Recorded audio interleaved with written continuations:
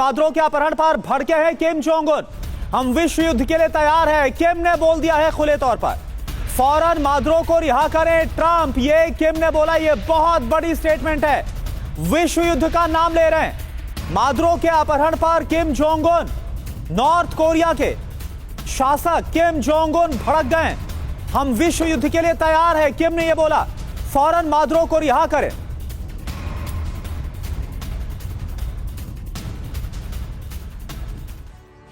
और आपको याद होगा कि नॉर्थ कोरिया के तानाशाह का जब जिक्र होता था तो हम उसे सनकी कहते थे, करुणा पहले। Exactly. लेकिन आज की तारीख में क्या उन्हीं को इस शब्द से नवाजा जाना चाहिए? यह सवाल हर किसी के जहन में आता है। ऐसा माहौल हो गया। और अमेरिका क्या कर रहा है यह तो आपके सामने है। वर्ल्ड वॉर 3 के लिए क्या नॉर्थ कोरिया तैयार है? किम की चेतावनी क्या है? अमेरिकी एक्शन से दुनिया पर विश्व युद्ध का खतरा मंडरा रहा है। मादुरो मेरे बहुत अच्छे दोस्त हैं, मादुरो को फौरन अमेरिका रिहा करे, यह कहा है किम जोंग उन ने।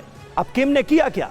पूर्वी सागर में मिसाइल का परीक्षण किया है। बैलिस्टिक मिसाइल दागकर अमेरिका को संदेश देने की कोशिश की गई है।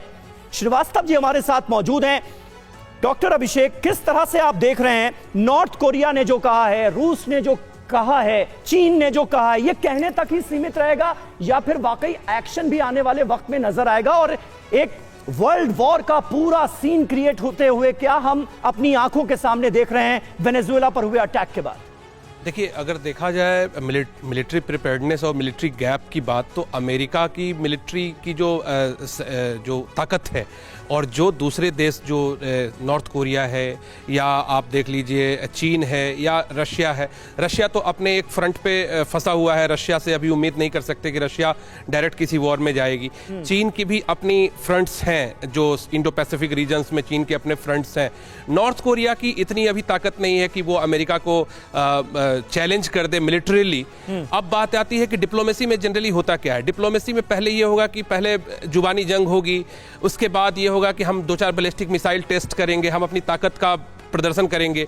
इसके बाद अब ये बात होगी कि हाँ, अमेरिका क्या करेगा। देखिए, अगर राष्ट्रपति ट्रंप की अगर पुराने कार्यकाल और इस कार्यकाल को देखा जाए तो उन्हें कुछ भी फर्क नहीं पड़ता है वैश्विक जनमत से, ना ही घरेलू जनमत से।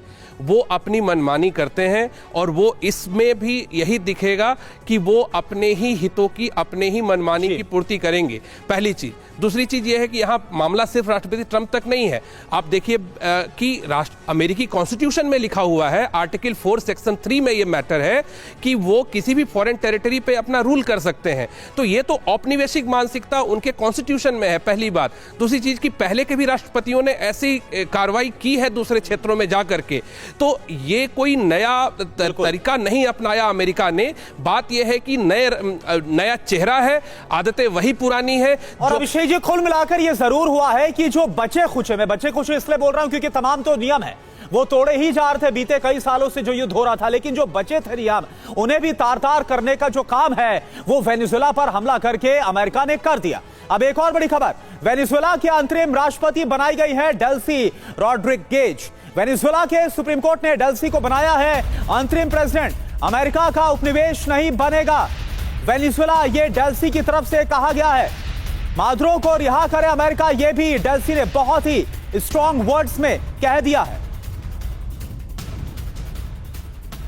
तो वेनेजुएला के रक्षा मंत्री किस तरह से अमेरिका को अब धमकी दे रहे हैं, ये अब आपको दिखाते हैं। मादुरो के अपहरण को लेकर चेतावनी उनकी तरफ से दी गई है। अमेरिका के खिलाफ युद्ध का ऐलान किया गया है। वेनेजुएला के रक्षा मंत्री ने युद्ध का ऐलान कर दिया है अमेरिका के खिलाफ। तो ये रुख काफी ज्यादा सख्त नजर आ रहा है। जो वेनेजुएला के डिफेंस मिनिस्टर हैं वो कह रहे हैं कि अब अमेरिका से युद्ध लड़ा जाएगा।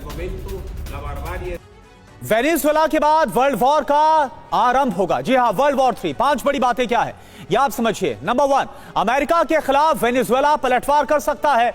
नंबर 2, वेनेजुएला में अमेरिकी फोर्स पर हमले हो सकते हैं। अमेरिका के खिलाफ वेनेजुएला का साथ दे सकते हैं रूस और चीन।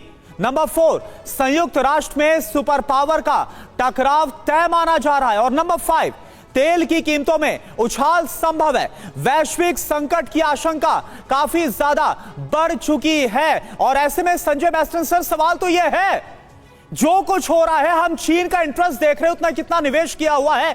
भले ही ये शुरुआती स्टेटमेंट है, विरोध है, रूस की तरफ से विरोध है, लेकिन जाहिर सी बात है ये वो मुल्क है जो शांत नहीं रहने वाले। और उधर किम जोंग उन का बयान। बिल्कुल, देखिए साफ जाहिर है कि ये जो कोल्ड वॉर एरा था ना, मेरे को वो उसका रिजम्पशन दिख रहा है। कारण ये है कि वही जो मैंने पहले बताया एरिया ऑफ इन्फ्लुएंस, उस जमाने में भी आप अफ्रीका देखिए, लैटिन अमेरिका देखिए, कहीं पर भी देखिए ये इनडायरेक्ट कंट्रोल चलता था, रिजीम चेंज वगैरह। जैसे मैं मोजम्बिक में था, मेरे को याद है रवांडा में मैंने ये सब देखा है जब मैं एज अ मेजर था। तो कहने का मतलब अभी कोल्ड वॉर टाइप चलेगा। आपने देखा रूस के पास वैगनर ग्रुप था जो काफी इफेक्टिव था अफ्रीका में, वही वैगनर ग्रुप को उन्होंने लॉन्च किया था यहाँ पर यूक्रेन में। चीन के पास क्या है, चीन ने बड़े अच्छी तरीके से पूरे विश्व में, चाहे ऑस्ट्रेलिया हो चाहे वेस्ट हो, कॉन्फ्यूशियस इंस्टीट्यूट्स खोल रखे हैं और वहाँ उनकी मिलिट्री पुलिस तक डिप्लॉयड है, लेकिन in the garb of civilian.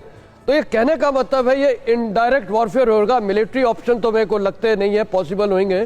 Cold war type में जो इन्फ्लुएंस थे, इनडायरेक्ट इन्फ्लुएंस है, वहाँ पर खरीदा जाएगा लोगों को। किसी अपोजिशन पॉलिटिकल अपोनेंट्स होंगे, वो दूसरा देश उनको खरीदेगा। मतलब अब हर देश में ना स्थिति मेरे को लगता है थोड़ी खराब होगी। बिल्कुल सही बात है, बिल्कुल सही बात है, और उसका आरंभ हो चुका है। फिलहाल नजर तो यही आ रहा है।